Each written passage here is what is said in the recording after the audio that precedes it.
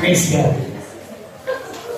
Sabay-sabay natin i-declare ang Luke 4, verse 18 to 19. The Spirit of the Lord is upon me, because He has anointed me to preach the gospel to the poor. He has sent me to heal the brokenhearted, to preach deliverance to the captives and recovering of sight to the blind, to set at liberty them that are bruised, and to proclaim the acceptable year of the Lord. For our God is Jesus, the Anointed One. Amen. Praise God. Ang title ng message ngayong umaga ay mag-ingat sa lahat ng uri ng kasakiman. Everybody say greed. Greed. Okay. Luke chapter 12, verse 15. At sinabi niya sa kanilang lahat, mag-ingat kayo sa lahat ng uri ng kasakiman, sapagkat ang buhay ng tao ay wala sa dami ng kanyang kayamanan. Mag-ingat kayo sa lahat ng uri ng kasakiman. Ang kinakausap po ay ang mga anak ng Diyos. Bakit kailangan mag-ingat? Dahil ang buhay ng tao ay wala daw sa dami ng kanyang kayamanan. Dapat matutuho tayong makontento. Hindi ibig sabihin ay hindi na tayo mangangarap.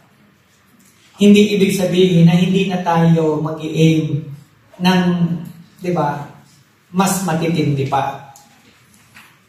Kaya lang, kailangang maiwasan ho yung tinatawag na greediness. Kasi pag yung spirit of greediness ay pumasok sa puso ng tao, doon na ho nagkakaroon ng maraming problema. Ang buhay ng tao ay wala sa dami ng kanyang kayamanan. It will not determine who you are dahil sa kayamanan na meron ka. Hindi ito tungkol sa dami ng pera o kayamanan ng isang tao. Kaya dapat tayo, hindi tayo tumitingin sa estado. Hindi tayo tumitingin sa dami ng pera ng kaharap natin. Hindi dapat apektado ang treatment natin sa kapwa natin ng kung ano ang meron siya. Hindi porke ito may pera, itatrato natin ng iba. At ito naman walang pera, itatrato natin ng ordinaryo. Kaya di ba sabi ng Bible, pag dumating daw yung isang mayaman, inaasikaso mabuti. Pag dumating daw yung mahirap, sasabihin na lang, sige, maupo ka lang dyan sa isang tabi. Amen. Maging mapagpasalamat po tayo sa lahat ng bagay. Sa halip na mithiin natin o magkaroon tayo ng desire na sobra sa nararapat. Ang importante ay yung assurance ng pagpunta sa langit at ang kapayapaan meron tayo. Hindi naman kayang bilhin ng pera yan. Amen ba? Amen. Yung ikay makakatulog ng mapayapa, makakatulog ka ng maayos, makakatulog ka ng mahimbing sa gabi, hindi po yan nabibili ng pera. Amen. Kaya again, ang title po ng message, mag-ingat sa lahat ng uri ng kasakiman. Hindi ho, huwag na yun. What is greed? Ano ba itong kasakiman? Okay? Greed is a sense of lack, emptiness, or insecurity, and develops as we turn toward money or things as a source of happiness, safety, and security. Alam niyo yung taong napasok na ng spirit of greediness o kasakiman, they are deceived. Sila mismo ay hindi alam na sila ay sakim. At yung taong may ganyang spirit, hindi naman yan aamin na siya ay sakim. Basta-basta sa puso niya, gusto niya lahat sa Kanya. Marami na siya, pero gusto niya pa lahat sa Kanya. And the Bible gives us a warning against materialism. Greed is an excessive desire for wealth. Sobra-sobrang pagnanais na wala na siyang kasapatan. Also for having possessions or power.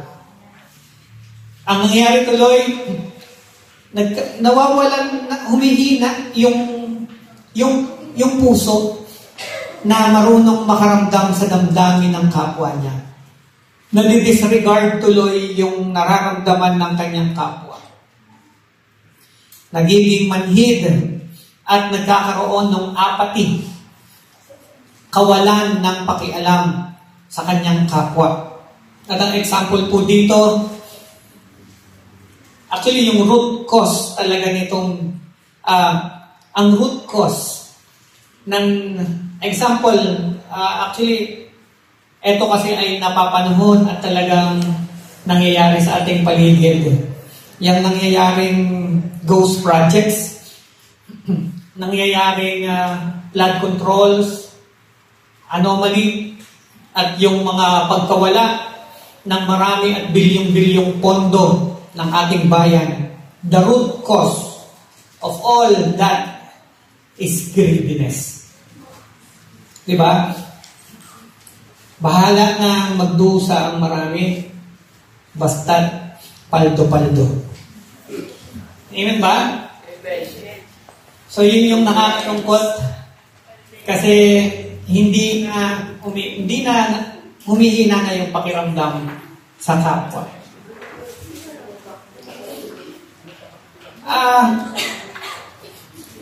Of course, ang sisi naman dapat hindi lang sa national, hanggang sa baba at hanggang sa ating mga ordinaryong mamamayan, dapat ay naroon at we admit na lahat tayo may pagkukulang. Simple explanation, simple example. Pati sa mga youth, maraming ghost projects sa mga estudyante. Pahingi ako ng 100 pesos, may project ako. Pero hindi nakita yung nanay niya yung project. That is ghost project. Amen ba? Pati sa mga anak may corruption eh. Pati sa mga street sweeper may corruption. Mga nagwawalis. Di ba? Hindi nila lilinisin lahat. Magtitira sila para bukas meron ulit kalat. That is also corruption. Amen? Kaya ang corruption, actually talaga ay lahat ng Pilipino. And of course, nangyayari ito sapagkat we tolerate. Wala tayong ginagawa kahit alam natin na may maling nangyayari.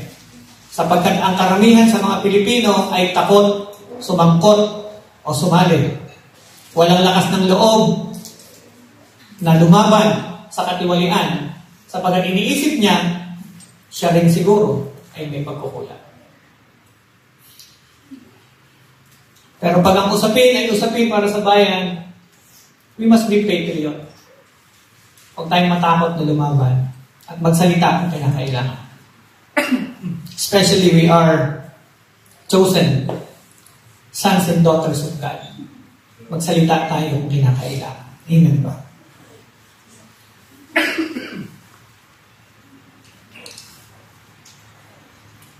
Salamat sa biyaya ng Diyos, no? Friday afternoon, ako po'y biglang nilagnat. Tinrangkaso. Yung ubo, masakit sa dibdib. Pero kahapon sa biyaya ng Panginoon, binalik ni Lord yung strength. Kasi mamaya, I will speak doon sa isa sa ating daughter church kasi anniversary nila. Kaya, ang Diyos ay tapat sa atin. Amen ba? Ang Diyos ay napakabait. He is our Jehovah Rapha, the great physician. at pinupuri natin ang kanyang banal na pangalan. Sabi ni Lord, sasamahan kita hanggang sa dulo at katapusan. Amen ba? So what are the effects of greediness?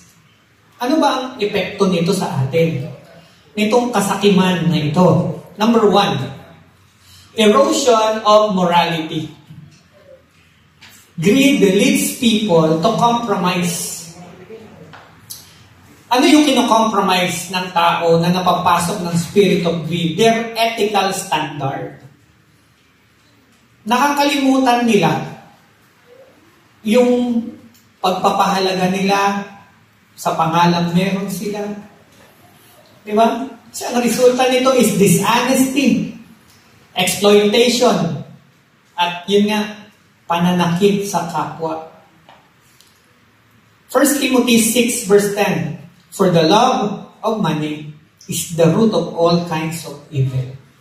Pag minahal na ng tao ang pera, wala na yung pakialam sa lahat. At ang pagmamahal sa pera ay siyang ugat ng lahat ng uri ng kasalanan o kasama. Amen ba? Kaya pag nakakita ka ng nangyayaring kasamaan, kaguluhan, madalas dyan ay pag-ibig sa pag-ibig sa pera. Amen? Kaya sabi ni Robin Padilla, huwag sasambahin ang piso. Iinom mo na.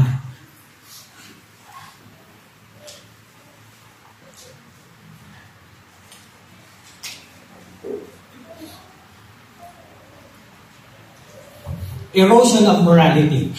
Second effect. Marami-rami kasi ito. Damage relationships. Di ba? Magkakapamilya, magkakapatid, magkakamag-anak, magkakasama sa church, sa kumpanya, magka-sosyo, okay? Nadadamage yung relationship pag pumasok na yung spirit of greed. Talagang handang itayak ang lahat basta't itong spirit of greed ay pumasok sa puso. Gustong maangkin ang lahat. Kahit pa mga pamana, iniwan ng mga magulang, pag yung isang kapatid napasok ng spirit of greed, wala na yan. Gulo na. Sa halip na mapabuti, ang iniwang kayamanan ng magulang, pinag-awayan. Pangatlo, psychological distress. Kahit pa nagkakamal o paldo-paldo ang isang taong napasok ng greediness.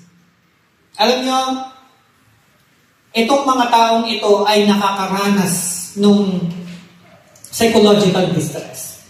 Anxiety, dissatisfaction. Kasi nga, hindi nabubusog yan eh. Gusto niyan, kanya lahat. At ano pang nararanasan niya? The fear of loss. Alam niyo ba yung mga taong maraming pera, sila ang mas takot mawalan? Kaya maraming pera, mas hindi nila kayang magbigay. Kaya mapalad ka, mapalad tayo. Hindi ganong karami. Pero marunong tayong mag-share. Amen ba? Amen. That is also a blessing. Hindi madali. Kaya sinabi ng Bible, napakahirap sa mayayaman ang makapasok sa langit. Mas mabuti pa o mas maigi pa sa isang kamelyo ang pumasok sa butas ng karayom kaysa sa isang mayaman ang pumasok sa kaharian ng langit. Sobrang dami ng temptation. Sobrang blind. Sobrang pagkawala doon sa realidad. Amen? Amen. So, hindi rin madali yung ganong kalagayan. Pang-apat, social inequality. Itong mga taong napasok ng spirit of greed. Yeah? Nagkakaroon, lalo na kung ito yung mga leaders. Kung ito ay leader ng isang organization, leader ng bansa, leader ng isang relihiyon, nagkakaroon ng hindi pagkakapantay-pantay sa lipunan. Amen? Sa bansa natin, very obvious ang pagkakalayo ng mayaman at ng mahirap. Merong nagsasayang at meron namang halos walang makain. Merong pag kumain, 700,000, dalawa lang silang kumain. Panood nyo? Meron namang isang pamilya na halos pinagtira-tirahan na lamang sa kutsing, dadamputin, halos buto na, iuwi ng bahay, paiinitan at lulutuin, kakainin mo. Pumunta ka ng abroad, hindi mo na malalaman ang mayaman at mahirap. Kasi lahat sila may sasakyan. Lahat sila kumakain sa masasarap na restaurant. Lahat sila ay namumuhay ng normal, katrabaho. Yun yung problema. Social inequality. Number 5, environmental degradation. Wala nang pakialam ang mga taong sakim kahit masira ang kapaligiran. Bakit tayo binabaha sa Rizal? We are mountain province tayo. Mataas na lugar, Antipolo, Tanay. Pero sa balita, Antipolo, Tanay, Baras, binabaha. Ano problema? Kasakiman. Amen? Greediness. Kasakiman ang problema. Wala nang iba. Doon sa malapit doon sa lote namin dito sa Antipolo, bundok talaga. Pero halos yung kalahati ng bundok kalbo.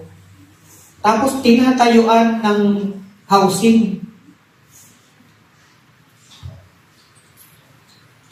Imagine, isang issue pa lang ang pinag-uusapan ngayon sa TV. Flood control pa lang. Imagine po natin lahat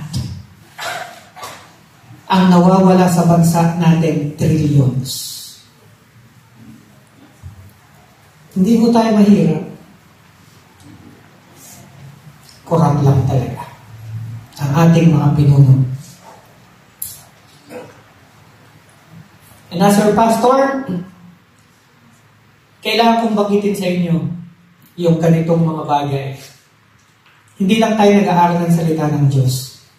We pray for everything, lalo na sa ating bansa. Dapat bukas ang ating mga mata sa totoong nangyayari sa lipunan. So that matrigger talaga natin kung ano ang dapat natin manipanalangin. At ang i-combat, mga kapatid, is the spirit of greediness. This is the problem. Kaya yung mga tao na yun, hindi nila alam. Kaya kailangan natin silang ipag-pray para yung spirit of greediness sa bansa ma-pull down. At maghari yung righteousness, yung accountability and transparency sa Pilipinas. Amen ba? Dumarating na tayo sa point, hindi na natin alam kung sino talaga ang pwede. Amen? Kaya kung pwede lang, abolish na lang lahat, ano? Ano kaya yung budget na yan, ano? Taon-taon? Na trillions na yan. Kung i-distribute kaya sa lahat ng mga Pilipino. Di ba? So may mga leader para isaayos. Pero kung yung leader natin ang mismong gumagawa, that's the problem. Kawawa ang mamamayan. Amen? Amen. And number 6, Effect of greediness, spiritual emptiness. Pagkatuyo sa spiritual. Because greed can lead to a sense of a spiritual emptiness. As material possessions fail to provide lasting satisfaction. Wala. Kaya kailangan talaga ng panalangin ng ating bansa. Kaya yung prayer natin dapat specific. Kaya pala tinuturuan tayo, be specific in your prayer. Amen? Hindi pwedeng, Lord, bahala ka na sa bansa namin. Hindi. Dapat specific ka. Dapat i-combat mo. Ikaw, spirito ng kasakiman, sa aming bansa, sa aming mga pinuno, sa pangalan ng Panginoong Yesus, winawasa kita. Amen? Hindi pwede yung Lord. Alam mo naman po,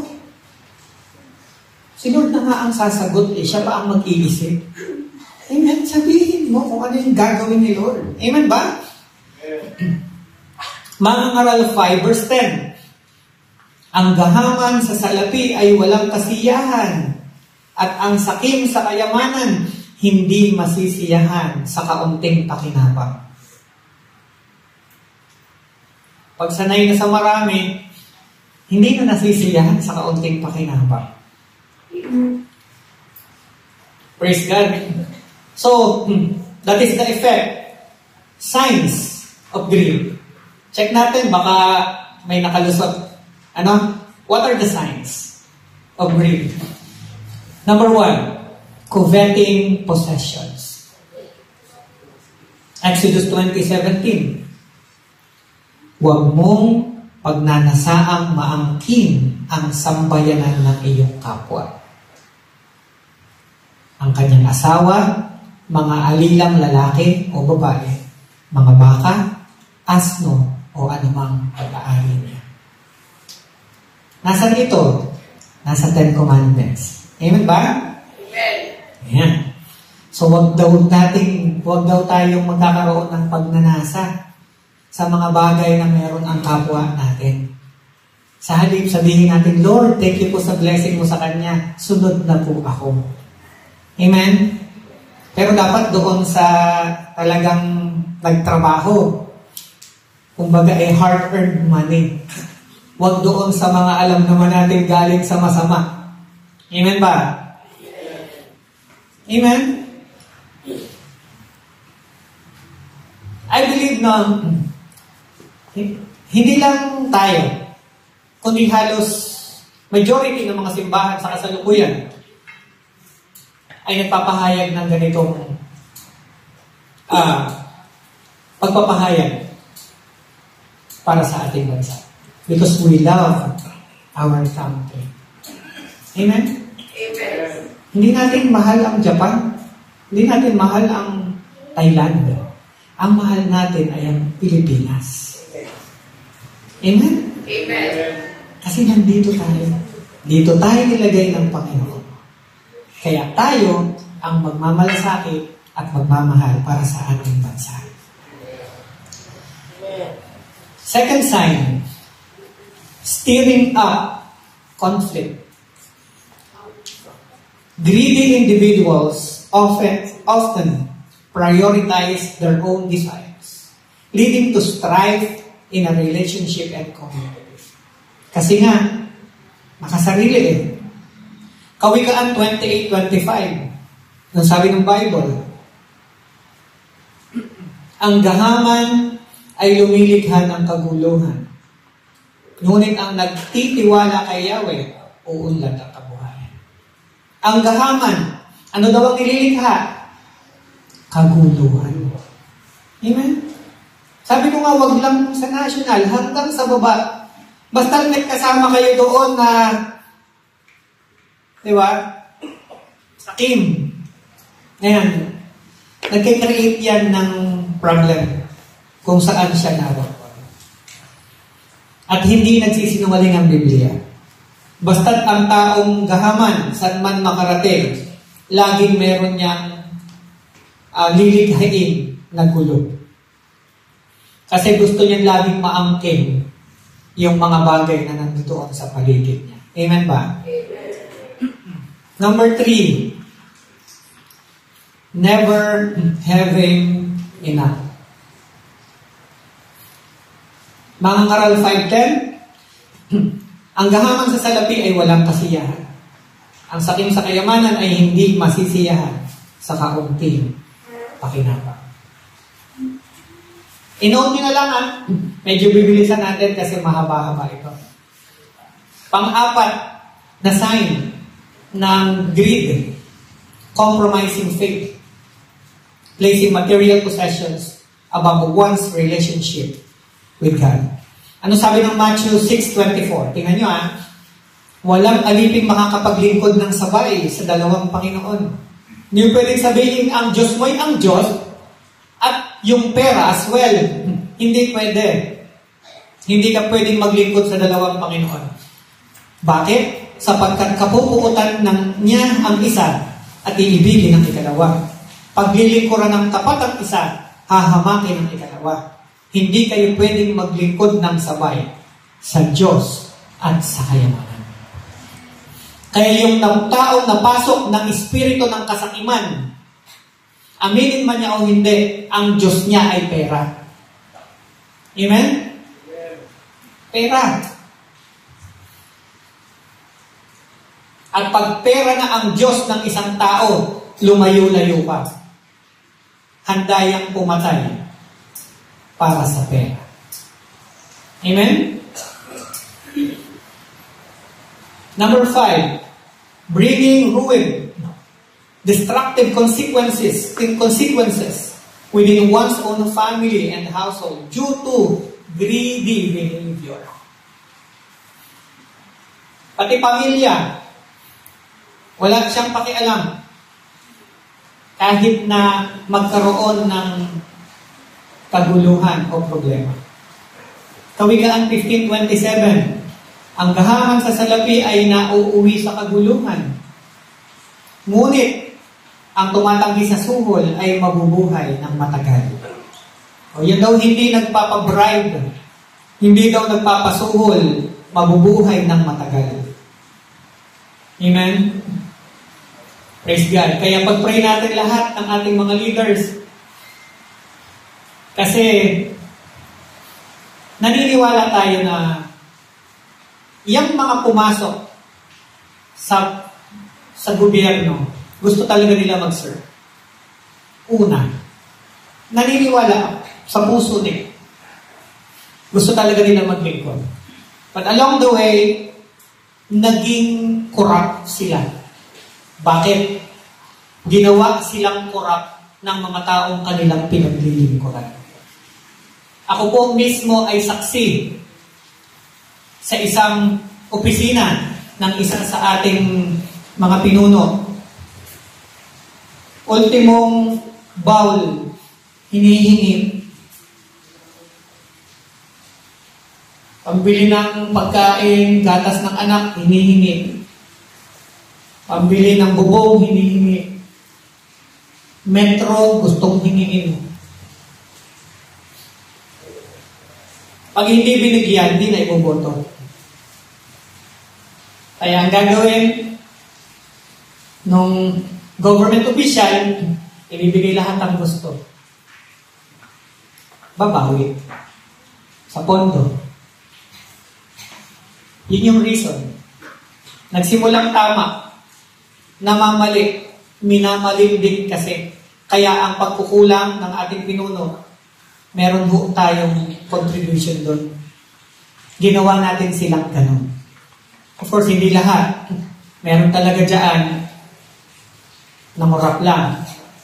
Pero gusto kong bigyan ng diin na meron din naman talagang mga tao o mga pinuno gusto talagang maglingkod ng tama. Pero ang problema, yung mga tao ginawa silang corrupt.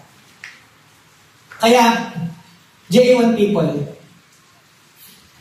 as your pastor, huwag natin hingin ang ating mga personal na pangangailangan sa ating mga leader sa gobyerno. Okay lang yung talagang mga social services, yung talagang nararapat para sa tao. Pero yung mga pang-personal natin, may mga tao dyan, Kasi halos ako'y lumagi. Every Monday nandyan ako eh. Halos laging nandun, hindi nagpapalit ng mukha. Laging may pangangailangan, laging humihingi. Hindi dapat ganun. At wala naman, buti na lang wala akong nakikita doon ng mga kapatiran natin, na nakapila. Bihira-bihira lang. Siyempre, nasa ospital, or walang problema doon. Okay yun. Pero yung nandun, palagi na lang nandun, di ba?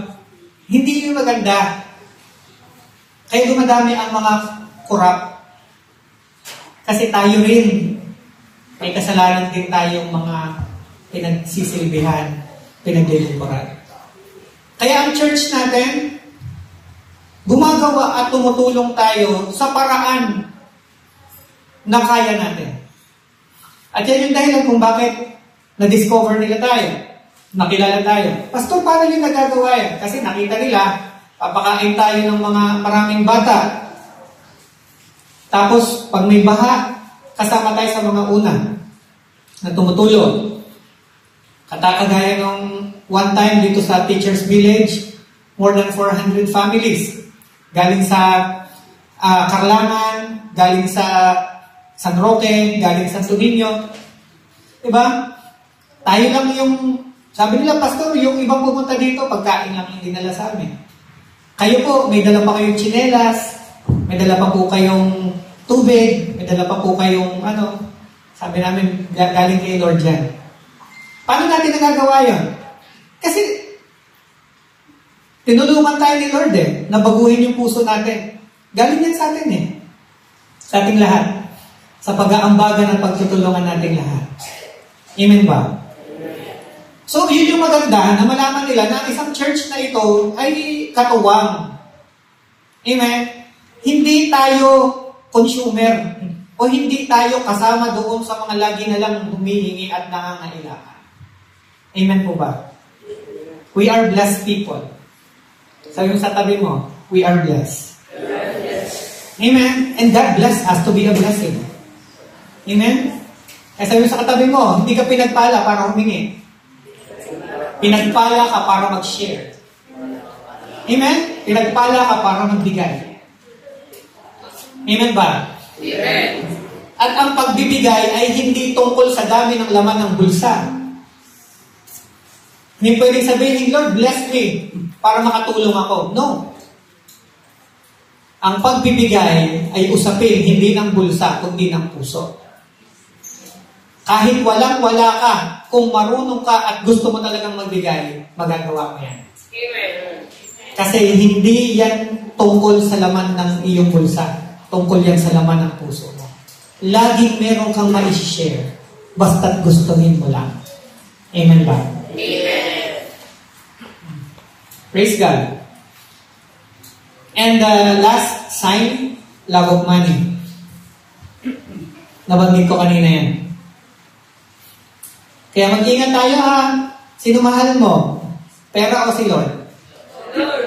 Di ba? Kaya pag absent ka ng Sunday, kasi sabi ng boss mo, double pay ka. Hindi ka nag-church, sino love mo? Si Lord. O pera? Lord. Pastor naman, minsan lang yun, double pay yun. Tsaka madadagdagan yung tithes ko sa church. Ayaw mo nun, di ba? Ikaw na bahala. Amen? Pero yung Sunday kasi natin, this is non-negotiable. Basta't ang Sunday ay kay Lord. Amen. Kahit birthday, alam niyo kami, pag namatapat kahit birthday ko yan, hindi pwede wala ako sa church. Yung family ko ganun. Dahil lang may birthday sa family namin, sa members of the family, we will not go to church. No. Ayaw namin ipakita sa Panginoon na mas mahal namin yung mahal namin sa buhay kaysa sa Kanya. Amen. May dadating sa amin, Sunday, mahal namin sa buhay, mga kamag-anak namin, bihira lang bumisita, hindi namin yun gagawing hadlang para hindi kami makapunta sa church. Iiwan namin sila. Magkapilang kayo dyan. Pupunta kami sa church or isasama namin sila sa church. Why? We love the Lord above all. Amen? Kaya sabi ko yung Sunday, non-negotiable. Walang sino man ang pwedeng tumaas sa Panginoon. Amen. Kahit si Presidente ang pumunta sa bahay namin, Mr. President. Social, ano? Pasensya na po, mag-church muna kami. Hindi nyo kami maiintay, saka na ho tayo mag-usap. Kala mo na may pupuntahan eh, ano? Pero, ganun talaga. Yun yung love the Lord your God with all your heart, with all your soul, might, and strength. Amen? Amen. Okay na ba dyan? Napapractice ko na. Praise God. May huli pa akong dinabang. Pa-flash na nga ng mga hindi ko nabanggit. Ang last pala niyan is idolatry. Yan pala, yung idolatry is one of the signs na yung isang tao ay napasok ng spirit of greed. Ito pala yung pagsamba sa Diyos-Diyosan. Nagsisilbing ribulto sa puso ng isang tao, yung greediness. Colossians 3:5. Kaya dapat nang mawala sa inyo ang mga pagnanasang makalaman, ang pakikiapid, kahalayan, mahalay na simbolo ng damdamin, masasamang nasa, at ang kasakiman na isang uri ng pagsamba sa Diyos-Diyosan.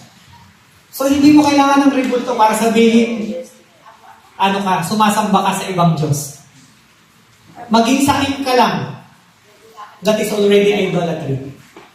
Meron ka ng ribulto sa puso mo. At ano yon? Pera. Amen ba? Kaya sabi nila, pagdating sa pera, dyan masusubukan ang tao.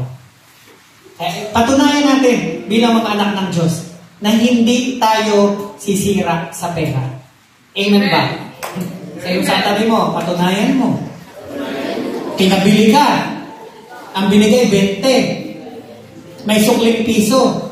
Hindi mo binalik. Piso lang naman to. Wala na itong mabibili. Kahit na. Amen? Kung may prinsipyo ka, kahit yan ay 5, babalik mo yan. Amen ba? Pinagkatiwalaan ka kasi doon. Kaya yan ay napapractice sa maliit na halaga hanggang sa papalaki. Amen. Kaya sabi ng Bible, kung hindi ka mapapagkatiwalaan sa maliit, paano ka pagkakatiwalaan ng mas malalaking bagay? Ang mapapagkatiwalaan sa maliit ay pwedeng mapagkatiwalaan sa mas malalaking mga bagay. Amen? Hindi pwedeng sabihin, hindi. Kung ang sukli niyan, 10, ibabalik ko na. Piso lang naman. Hindi naman na kailangan yun. Hindi niya kailangan. Pero ito'y tungkol sa iyo, hindi tungkol sa kanya. Amen ba? Amen. Kaya dapat, maliit na bagay, isolate natin. Amen po ba? Amen.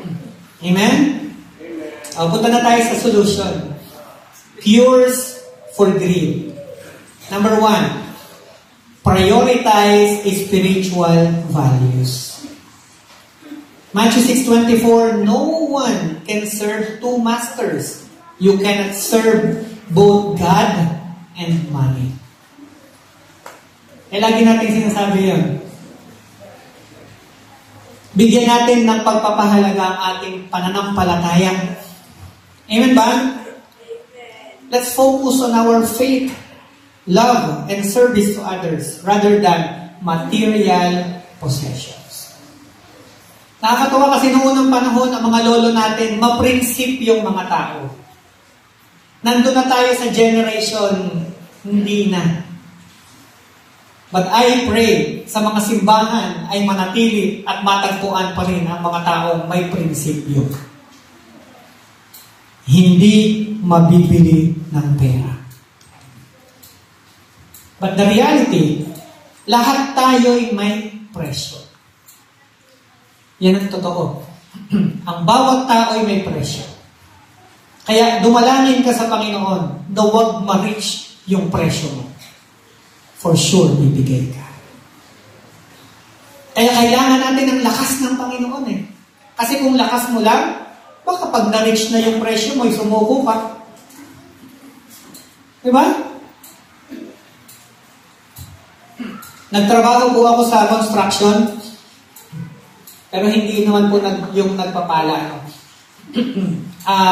Ako po yung warehouse man. Ako rin yung nagpapasweldo. Dalawa yung hawak kong grupo. Dalawang building, dalawang project, dalawang grupo ng mga tao. Alam niyo, minsan na isasama ako ng engineer na boss namin. Talagang may ganong nangyayari. Of course, tawag nila doon PR.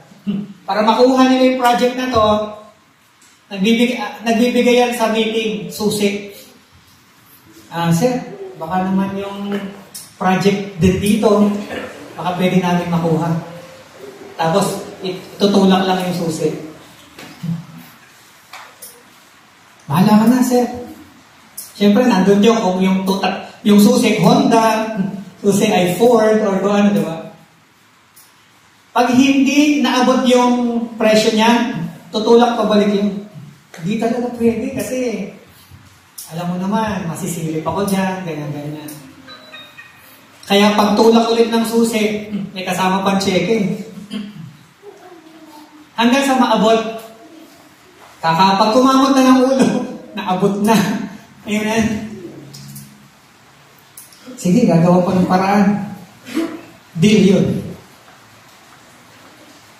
Kung sa mga simpleng, di ba, private companies nangyayari yan, lalo na sa government. Amen ba? Pero ano yung punto natin? May presyo. Pag hindi ka makuha sa sasakyan, baka makukuha ka sa pera. Or kung ano man ang pwede i-offer. Yan ang temptation sa mundong ibabaw. Ayaw nating sabihin masama sila. Binibigyan ko lang na yung awareness ng bawat isa sa atin. Ginagawa ko yung lahat para maging balanse. Pero ang point natin dito, lahat po tayo ay prone sa temptation. Amen? Lahat tayo ay pwede. Kaya nga, dapat matatag, malalim ang pundasyon mo pagdating sa espiritualidad mo. Kasi kung ang katawang lupa mo ay sumusuko na sa ina-offer ng mundong ito, sa loob mo'y may espiritu ng Diyos na tutulong sa'yo para alisin yung appetite mo, yung pagkahilig mo, at mawalan ka ng gana sa ina-offer ng mundo. That is supernatural strength. Hindi natin yun kaya ng tayo lang. Kaya kailangan natin ang Diyos. Amen? Wala yung pinagkaiba sa kasalanan. Hindi ka pwedeng lumaban sa kasalanan nang ikaw lang. Kailangan mo ng mas malakas sa iyo para labanan ito. At yun ay ang Espiritu ng Diyos. Amen? Prioritize spiritual values. Number 2, practice contentment. Hebrews 13:5, keep your lives free from the love of money and be content with what you have, because God has said, never will I leave you, never will I forsake you. Makontento ka na sa Diyos. Pag sinabi ni Lord na hindi kita pababayaan, hindi kita iiwanan, okay na yun. Tapat ang Diyos doon. Amen?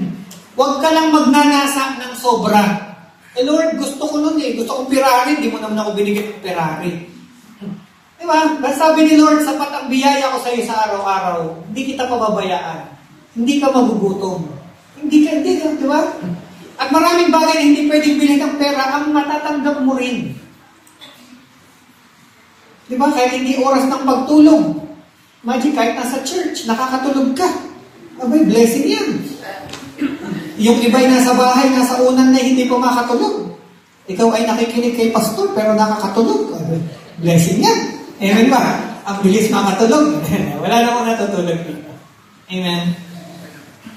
Number 3, cultivate generosity. Para patayin ang espiritu ng kasakiman. Di ba ang kasakiman ay papasok? Patulak ang gawin mo. Amen? Kaya pala tinuruan tayo ni Lord na give then you will receive. Amen? Kasi yun ay pagpatay sa ating natural na kalikasan. Ano ba ang natural sa tao?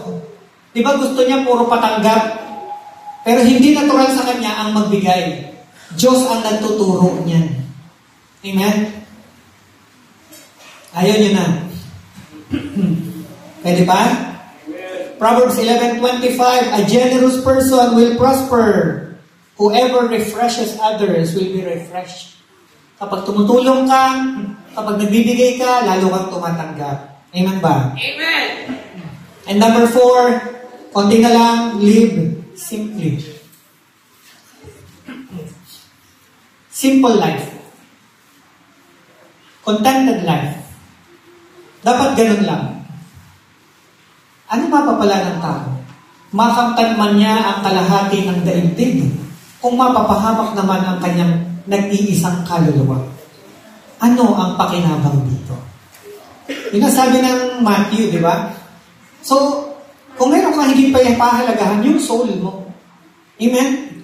Yung kaluluwa mo. So, huwag mong hayaang mapulyod ang iyong pagkatao habang nasa mundo ka nang dahil lamang sa mga bagay na nasa mundo ito. Pansamantala lang tayo. Alam na alam ko ng lahat, hindi mo madadala sa hukay ang Ferrari mo. Hindi mo madadala sa hukay ang mansyon mo. Hindi mo madadala sa hukay ang mga ginto. Ang madadala mo lang sa hukay ang iyong kaluluwa na haharap sa Diyos at hahatulan. Langit ba o impyerno? Amen? Amen. Kaya kung may babaunin ka, kayamanan sa langit. Amen. At paano natatanggap? Paano natin ito naiipon? Sa pamamagitan ng paggawa ng kalooban ng Diyos na nasa langit. Amen? Amen. Okay, last na po. Pakilagay ulit na yung hindi ko na banggit. Dulo na lang ang aking babanggit. Yan po. And last, number 8, seek support. Para matulungan ka, kailangan mo ng tulong. Amen. Kailangan mong aminin na kailangan mo ng tulong. Amen? If you struggle with excessive greed, seek professional help from a counselor. Of course, we are not perfect. Lahat may pagkukulang. Pero may mga tao talaga na gagamitin ng Diyos para matulungan ka na gamutin kung ano yung... Kasi pwedeng yung kanya, hindi yung sa'yo. Kaya mahalaga dito yung at least aminin natin na kailangan natin ng tulong. So, sa kahit anumang problema, kung nakita mo may problema ka sa ganito, mahina ka sa pera, mahina ka sa opposite sex, mahina ka sa same gender mo, mahina ka sa kung ano man, hingi ka ng tulong. Aminin mo. Kasi, isa yun sa daan para magamot tayo. Amen. Amen. Amen. Kaya salamat sa Word of God. Ang salita ng Diyos, straight to the point. Ang salita ng Diyos ay parang kutsilyo, sword, na double blade. Ito'y tumatagos sa pinagdudugtungan ng kaluluwa ng Espiritu. Ang salita ng Diyos, ang tanging susi para magamot tayo ng ating Panginoon. So again, kung nakikita natin ang problema ngayon sa ating national government, hanggang sa lahat, manalangin tayo para sa ating mga pinuno at manalangin tayo para din sa ating mga sarili. Na matulungan natin sila na huwag nang dumami pa at madagdagan pa ang mga corrupt government official. So, lahat ay may pagkukulang. Amen po ba? Amen. Taas ang kamay nang inaamin niya, may kasalanan din siya dito. Amen. Praise God. Sa pagtaas mo ng kamay, Yan ay sign ng humility. Yan ay sign ng pag-amin. Ginagamot ka na ng Panginoon. Amen. Everybody stand up. Close your eyes. Unahin natin ang sarili natin. Hingi tayo ng tawad kay Lord. And hingi tayo ng tawad para sa ating bansa. Go.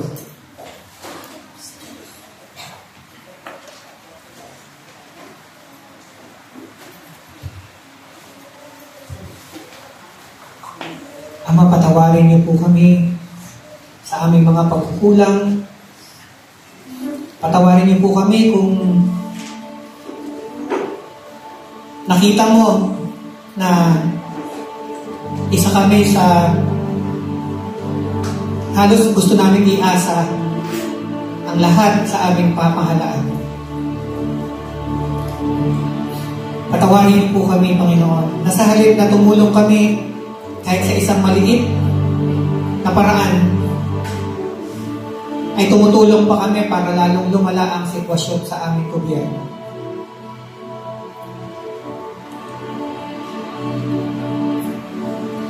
Nagpapasiyasat kaming lahat, Panginoon. Humihingi ng tawad. Hinihiling namin ang banal na dugo ng Panginoong Hesukristo ngayon ay dumaloy sa bawat isa. Tinatanggap namin ang inyong kapatawaran. Kasabay nito'y hinihingi namin ang biyaya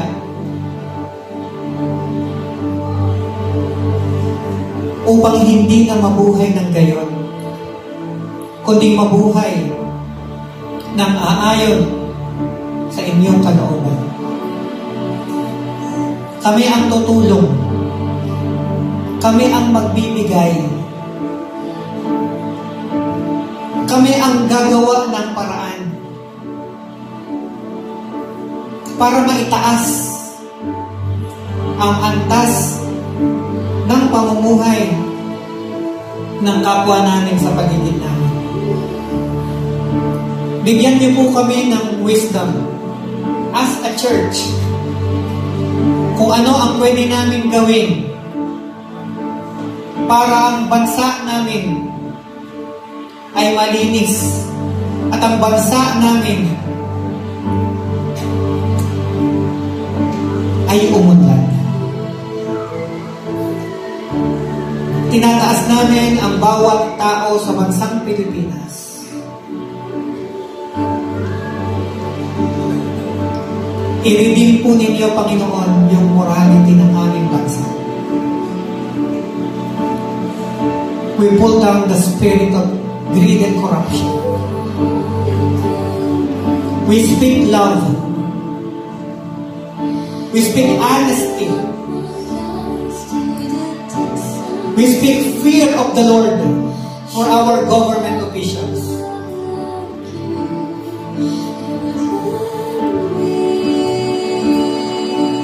Ang inyong makapangyarihang kamay, aming Diyos, ang aming hinahayaang kumilos sa buong bansa, mula sa presidente hanggang sa aming pong barangay. We pray for our military men.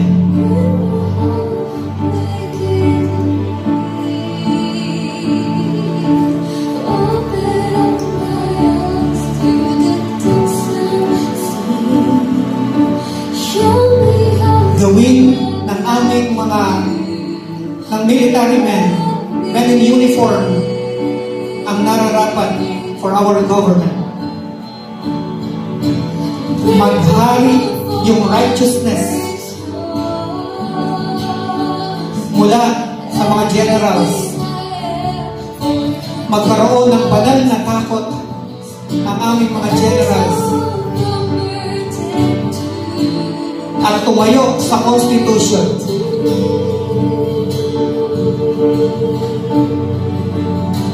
Walang imposible sa iyo, Ama. Gamitin po ninyo ang bawat simbahan sa aming bansa upang ituro ang katuwiran, pagkatakot sa iyo, ang pamumuhay ng matuwid. Kung kaya ng ibang bansa, kaya rin ng aming bansa.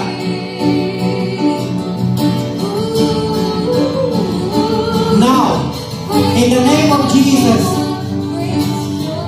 we speak, O Father God, for a divine redemption for our beloved country, Philippines. Jesus is Lord over all Philippines, Luzon, Visayas, and Mindanao. Ang pangalan ni Jesus ang itataas ng lahat ng mga Pilipino. We will be united. At ikaw lamang, dakilang Diyos, ang tunay na maghahari sa aming bansa. Maraming salamat. Healing is now flowing in our country. Thank you, Lord. Thank you, Lord.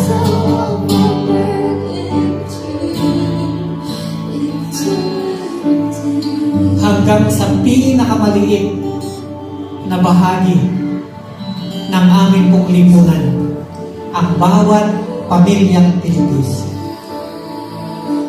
there is unity, righteous living, honesty,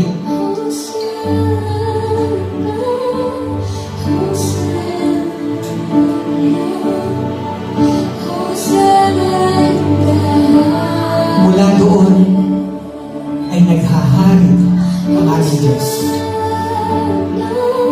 Hosanna to the highest.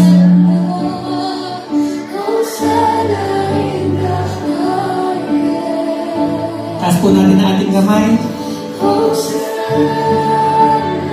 Hosanna to the highest.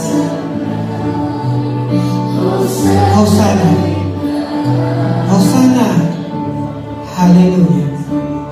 Receive our worship, Father, in Jesus' name. Everybody say, Amen. Palakpakan natin ang Panginoon. To God be the glory.